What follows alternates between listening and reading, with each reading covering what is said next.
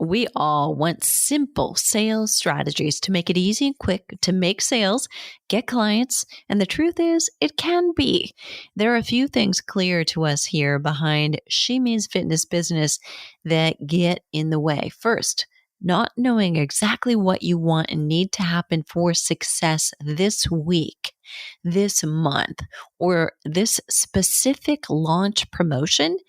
If you don't know those, you can't get there.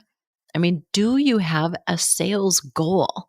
For instance, I have a spreadsheet for every monthly sales record since 2018. So January 2018 through the year 19, 20, 21, 22, we're now currently doing 23. So I look at this every month and I look at where am I? What is my, I take the actual number from last year. To look at that in October, I will take all those numbers and I will say, here's my projected goal for 2023. So that's my goal number. Right beside it, I'm putting, here's my actual number. And in the column next to that, I am putting notes about, why it was up, down, or the same. And honestly, this year has just been a little bit different. Most years straight from 2018, higher, higher, higher, higher, higher, every single month, every single year. So yes, awesome, right across. But this year's been just a little bit different. It's been, this one's way up, this one's down a little bit. I'm like, wow, this is weird. This is not a recession, but what is this? This is like the third year after the pandemic hit. I guess that's just what this is. We've never been here before in time, so it's just a little hard to predict. But the point is, I have these numbers. There's no accidents. I know what I'm running toward when I start the month. I know what our goals are, and I know why. Because every time we have a new sales number is because we have a new help number. How many people do we want to help? And how many people do we want to help get into this program? So I look at it, I dig into it every October, early November. I'm creating that list, not just the numbers, but what sold and what didn't, and where I spent my time and energy. Where were we promoting and marketing, and was it valuable? So I look at my spend in Facebook ads, and I look at the revenue that came in from those Facebook ads, and I look at, jeez, are you kidding me? Right? That's generally what I do right now. But, if Facebook isn't dead, it certainly is still helpful in some ways, not generally the return on, sales as directly as I would like it. But we factor all of this in. None of us should be breaking ourselves or breaking down in order to fix what's broken in the world, which is kind of what we're doing, right? The obesity epidemic, the ageism epidemic, for women to just simply assume that fat, achy, all of that comes with menopause, right? So I have to credit Donald Miller for that statement. None of us should be breaking ourselves in order to fix what's broken in the world. But those of us who are driven to create solutions, we often are doing that. I'm all for hard work. And yet you have to realize that when you're in a season of hard work or a week or a month, or when you're just doing something terrible to yourself that isn't working, it's not going to change because you're never allowing yourself to celebrate. You're never allowing yourself to get to the finish line. So I've studied with some really great leaders, and Michael Burnoff was one who really nails the fact that if we don't set out to build the kind of business and lifestyle we want from the very beginning, like acknowledging, if you work all hours, all days, that probably 5 years from now, even though mentally you're telling yourself, well, I won't always do this, that you might still be doing this. Hey, I'm Deborah Atkinson. By the way, you're listening to She Means Fitness Business. And fitness She Means Fitness Business is a division of my overarching business, Voice for Fitness, where we all believe that you want to be an inspirational example to other midlife women. And the problem usually is a lack of clients or lack of revenue. And, it makes you feel like, I don't know if I can do this, right? Or if you don't turn the corner soon, like maybe you're going to have to give this up and go do something else, maybe get a real job, because there's so many coaches. How do you stand out? I know how this feels. You've got the heart and you've got the knowledge and you want to help, but you can't. I've been there myself. That's why I coach women. I have for 25 years. You can set up a call with me. We get you more clients. We make sure we're getting you profit from those clients and keeping your freedom of time so you can enjoy the profit that you make. You should be creating a lifestyle, not just painting yourself into a corner. Look, for right now, what I want you to do is to download my Health and Fitness Professionals Guide. It's the business scorecard. You take a glance at that, you'll be done in a minute or two and know exactly where your holes might be in your business. So whether it's generating leads, it's having an effective conversion rate for a freebie that you've already got. It is knowing your numbers. How many people are going through your funnel? How many people are dropping off? Little things like this. And you will have this right in front of you. You can download it, you can keep it, but it'll tell you right away where to start. Okay, look, I want to go back to something that I learned, from Michael Burnoff. And that is that, if you don't, start thinking, it's almost like Stephen Covey's with the end in mind. I'm all for hard work. I'm for rolling up my sleeves. And I did, I put in some 12, 14, 16-hour days at first, learning everything. Back in 2013 and 14, you had to piece it together. There were a few people doing digital businesses, but not like today, where everybody is post-pandemic. And all the tools are here that never were then, and it was hard. It was like, who do I trust? How do I know which program is good and which one is too much for me or too little, or just somebody who wants to sell me doesn't really want to help me. So if you are working all the time, though, you will do it 5 years from now too. You will let yourself do that. So let's both hope it's not both, that you do it now while you're starting and later. Solo entrepreneurs can do that all too easily. You are not alone, and I want you to know that. Find your tribe. Surround yourself with people who understand this is isolating to build a digital online business. You spend a lot of time in front of a keyboard. You spend a lot of time making decisions inside of your own head.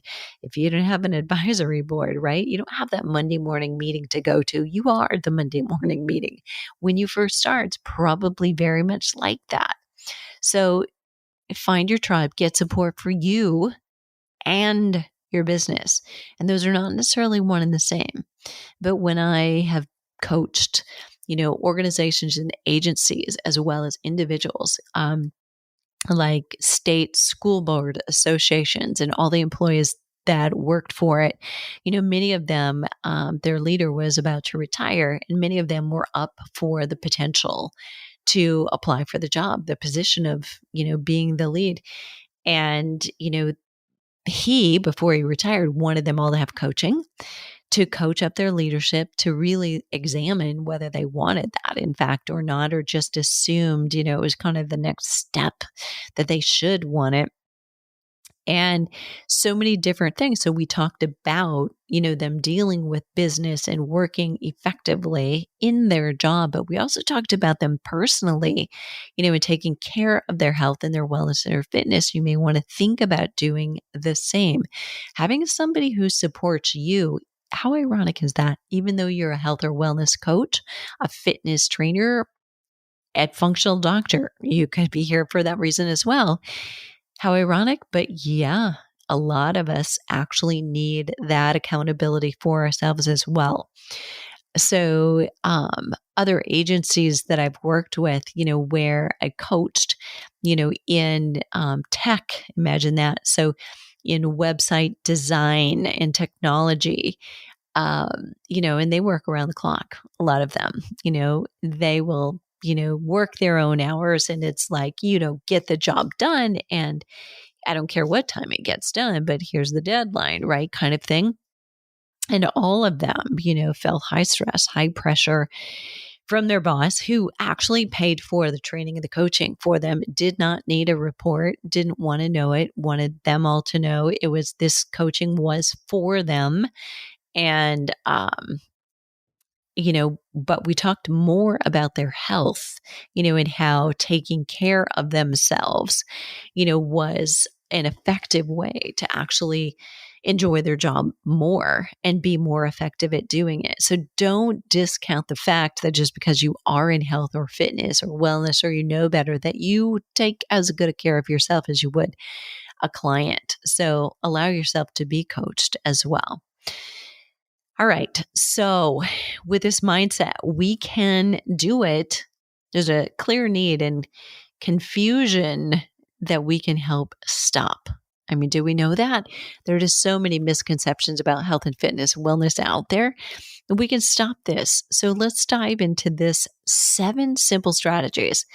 I want you to adopt them right now. So 1, launching expectations and launching realities. And what I mean is, this is not like I want you to launch this. No, it means when you're in a promotion, a launch, or an open cart for a program, you have to have a goal. It's like my 2018 and until now, every single month, I know we have a goal. We may not hit that. I may have, some years I put increased by 40%. I did that. Now, as we've increased and increased, I can't continue to do that. When your growth has a lot of opportunity, you don't get to do that, right? I mean, you can grow that much, but you don't get to grow that much every year after. So 5, 10, 15%. 15 is really a lofty goal for something that's already consistently been growing steadily. So I usually add 10%. I don't like 5. It's just not enough to mess with for me. I like at least 10%. Sometimes I'll go 15. If I've had a bad month in a year before, what I tend to do is increase that by a greater percent. Yeah. So I don't let myself skate and say, oh, well, we can be lower this month. Nope. And I like to also puzzle piece. So I take 2 months at a time and I'll look at that and I'll say, what do I want average over those 2 months? What do I want my total to be? I don't care how it has to come in, because, some months you're promoting, other months you're not necessarily promoting, you're serving. But what's the average, right? So I look at that too. It's different. It's a different way to look at success, but figure out how you're doing. But you have to know where you're running, right? How many tickets did you have in your customer service box? How many refunds did you have? How many did you sell of a certain thing? How many upsells did you have? Set your goal and then break down the launch afterward with everyone on your team if you have one, or yourself, you be the team, and go through those numbers. So this is a sales strategy, because if you're just like, I'm doing my best today, it's a little too gray. All right. You've got to get specific. Number 2 is shifting your selling mindset. You have to ask for a sale to get a yes. There are too many people who are saying, I've gone through this certification, but they didn't teach me anything about selling or marketing. And I know I have to get clients. And I said, yes, I understand that. I said there was 0 in there about marketing or selling. Yeah. I was like, okay, well, that's not good. And so, we have to be careful that we also don't get into sales mode. Now, I'm going to date myself here. I'm 59, but I'm still from the era. Anybody else of people knocking on the door to sell vacuum cleaners? Anybody? So I think my parents bought a Hoover and a Rainbow that way. Okay, those were the days. Anyway, who ever thought of that rainbow, with, I think it had swirls in it. I don't know if it had water in it, but anyway, carrying that upstairs was not a bad idea, not a good idea, it doesn't seem. But anyway, you know, that kind of sitting with your parents in this awkward sales situation where they're actually pressuring you in your own living room, you know, that gives you a cold taste of sales that kind of leaves a yuck. You know, I don't want to be that door-to-door salesman, pots and pans or books, encyclopedias. I don't want to be that. Or I don't want to be a used car salesman, we all say, because that's your impression, but that is your stuff. You got to deal with your stuff. Okay. You have a solution to a problem your customer knows that they have. Then you have a responsibility to share how your solution helps and let them know how to get started. It's as simple as that. Okay, number 3, selling the transformation instead of the benefits. This is a huge mistake, but still often made. We're talking about, well, what do they get with this? And I had a consultation today and I asked someone, what comes with that, that fee, that monthly fee that you're charging? What's the transformation you're giving them? And she struggled to give me an answer to that question. But then I said, how much of you do they get here with this? Well, they get 2 sessions and then they maybe an optional third, and that one would be exercise. And then they could buy, additional private coaching if they wanted to do that. So she knew exactly the features, right? But she didn't even know the outcome clearly. She couldn't tell me right away. How are they going to feel differently or act differently, or, will their clothes fit differently? She couldn't tell me that. So you've got to start tuning into what is the transformation that they're going to have. How badly do they feel now, and how are they going to feel different from now when they're done? Don't be selling those benefits. You've got to kind of talk about the program as if it's a problem solver. You've got to help them believe that they can do it this time, that they won't get hurt this time, that it will work for them too. All right, you want to use persuasive words for the personality type that you're talking to. Now, look, if you have no idea what I'm just talking about, you may want to take the copywriting skills course. And if you click on the link that I'm going to share with you in the podcast today, you will get this for 50% off just for being a podcast listener. But it's crucial that you understand there are certain juicy words that are persuasive for specific personalities, and other words that will be, they'll miss them. It'll just fly right by them or might alienate them. Because think about this. Say we've got 2 55-year-old women in menopause. Let's say they're both 2 years post-menopause, so very similar, and they both want to lose weight. Okay. But they could be very different personality types. So if you're talking about the same type of program and benefits, one of them might love it, one of them might hate it. They both might hate it, but for different reasons.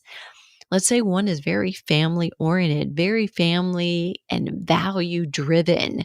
If it's not going to be something she can link to how she's more beneficial to her family, she's not going to do it.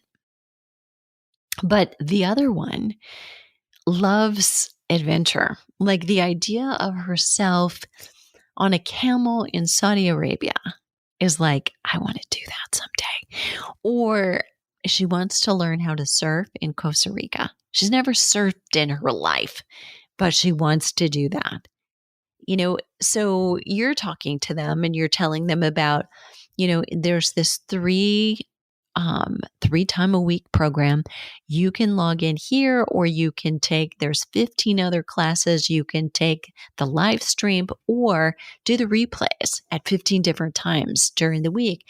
You've got all these choices, but you're not tying it to the benefit of being better for the family. And the other woman is I want something that's going to train me to be able to surf in Costa Rica. She's not hearing you, right? So you missed both of them, but there may be somebody that you're appealing to. But you've got to get those copywriting words in there. There are certain words that work for a lot of people. And in an upcoming episode, I'm going to share 4 key components, 4 keys that will really help you nail specific words for them. So you don't want to overlook that or them. What you want to have in each and every, say, email and post and your opt-in page and your sales page. Those things are important.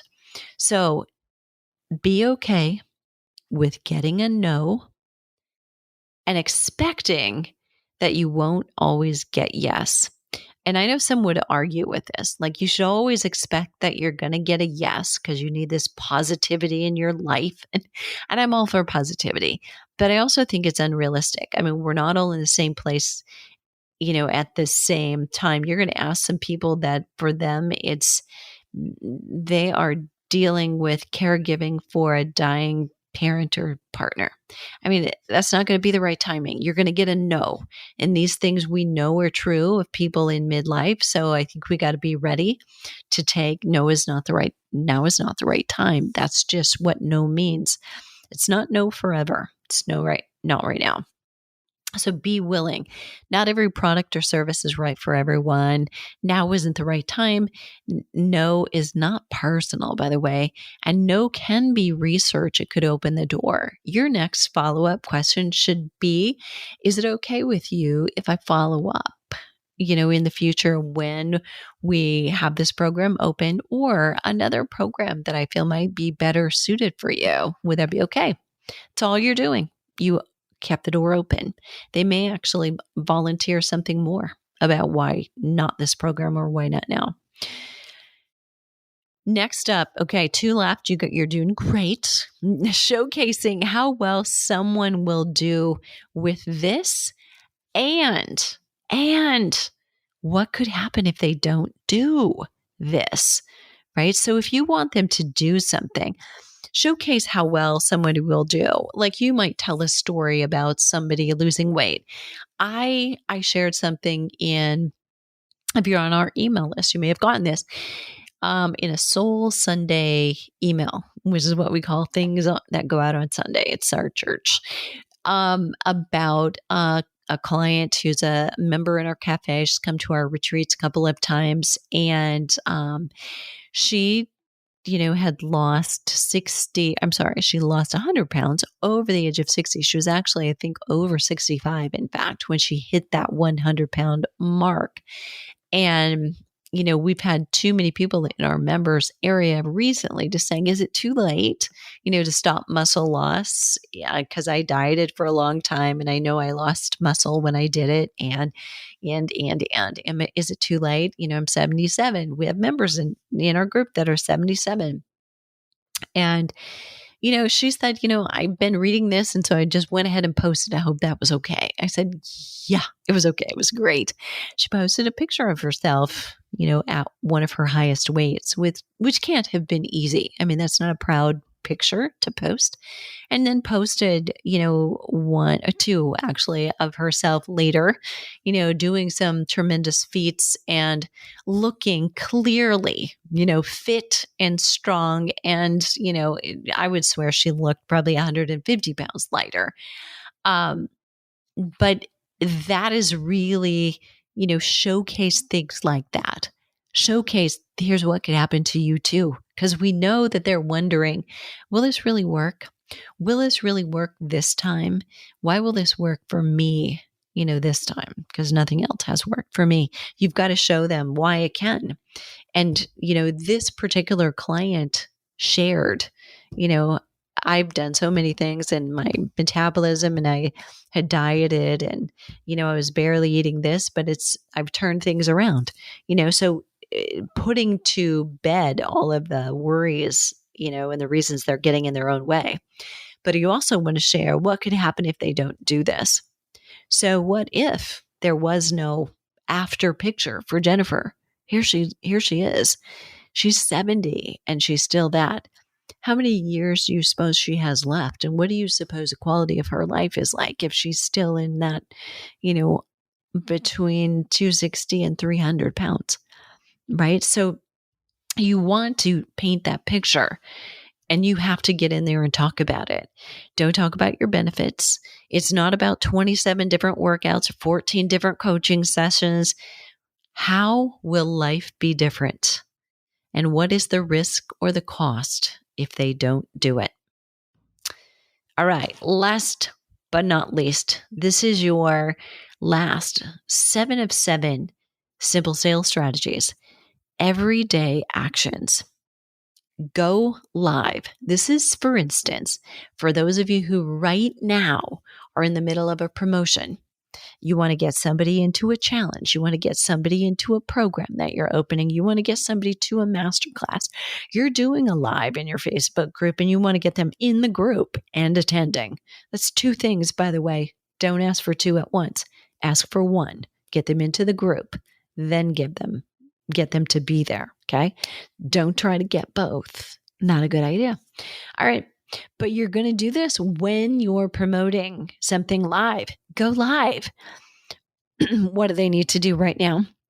Right. So talk to them about that. What do they need to do right now? What do they need to feel? What do they need to be thinking? Your live content should reflect that. Before they would buy, before they would come to your masterclass, before they would join that challenge, what do they need to think and what do they need to feel? That's what you're going to deliver inside the live. The feeling, the thoughts, you're going to inspire those things. So I can't tell you what your content might be, but it could be, that you're doing a Q&A where you're planting the seeds for the questions, so that you can answer what it is that they need to hear based on the objections they're going through in their head. So there might be that you're going into a topic. You're talking about a piece of your program. And yet you will do this live every day. If you're launching and you are, for instance, in about 2 weeks, we'll do a masterclass. So the week right before, I'm going to go live every day and get people there. I'm going to go live every day in my stories, right? And little posts that we're making. I'm going to send personal videos. I use a tool called BombBomb. Yep, it's just like it sounds, BombBomb. And it is so cool. So you can create the video, you can send it via text. And you often, because if you're sending something to a stranger, that's kind of creepy, right? So, but you might want to say, hey, I sent you, created this video on BombBomb. I'm sending it to you. This is the real Deborah. I'm not kidding you. I literally will say that because otherwise, they wonder if it's really you. This is really Deborah. This is really my cell phone. I'm not kidding you, right? But sending that, if you have a higher ticket item, is going to take some time. It's, you're not sending it in a batch. You could send to a small group of people. You're probably going to want to do that from your computer as opposed to your phone, but you can do that from either. And then also send messages like text from your CRM directly. Or for you personally, again, if you've got access to people, if you happen to have a WhatsApp group, you can reach out to them there and connect with them. But these are the everyday actions that as you get closer and closer to that cart closing, you want to make sure that you're taking notes and you're doing this. So I'm going to give you these summary again. Are you ready? 7 simple strategies. Make sure you have launch expectations. And then you're looking at the launch reality afterward to do the breakdown of what happened. Number 2 was shifting your selling mindset. You have to ask. You didn't ask? Well, then you probably didn't make any sales today. Number 3, selling the transformation instead of the benefits is so important. Make sure you're focusing on that. So you're not the features, right? You're not selling the features. It's probably better said. So it's a little confusing to say transformation instead of benefits, because benefits kind of is the transformation. But how they benefit too often. I guess I'm slurring between, they get, the list of things that they get. So more importantly, that's features. Then persuasive words, make sure you're using them. Make sure you know what persuasive words are, can come in really handy, that you know personality types as well, and we'll include the copywriting skills in the show notes for this one in case you want to take that mini course and get it by clicking the podcast notes link for 50% off. Be okay getting a no. In fact, expecting that you will, because you're going to ask so many people so that you can get a yes, because the odds are for you. Every time you get a no, you're like, I'm closer to a yes, closer to a yes. Think of it that way. Showcase how well somebody doing this, using your product, taking the program will do, and what could happen if they don't. What's the risk? Think about Jennifer, right? How well, right? And how well did that blow objections out of the water? I'm too old, I'm too far gone, I'm whatever. And take those everyday actions. So go live. Do a call to action at the end of every live that you do. Send personal videos with a call to action. Send messages with a call to action. So very important. But you've got this. You can do this. This is, selling is just helping. It's so much easier when you think of it that way. Your mindset is like, yes, I'm good at sales because I'm good at helping people get what they want. That's all you're doing, is helping people get the vehicle for getting what they want, and then your program can deliver what they want. Okay, what are you waiting for? Today's show notes will be at Simple Sales Strategy. That should bring up this show. If you have any trouble, you can always go to Fitness Marketing Mastery and you'll see the podcast link. What are you waiting for? The world needs us right now more than ever.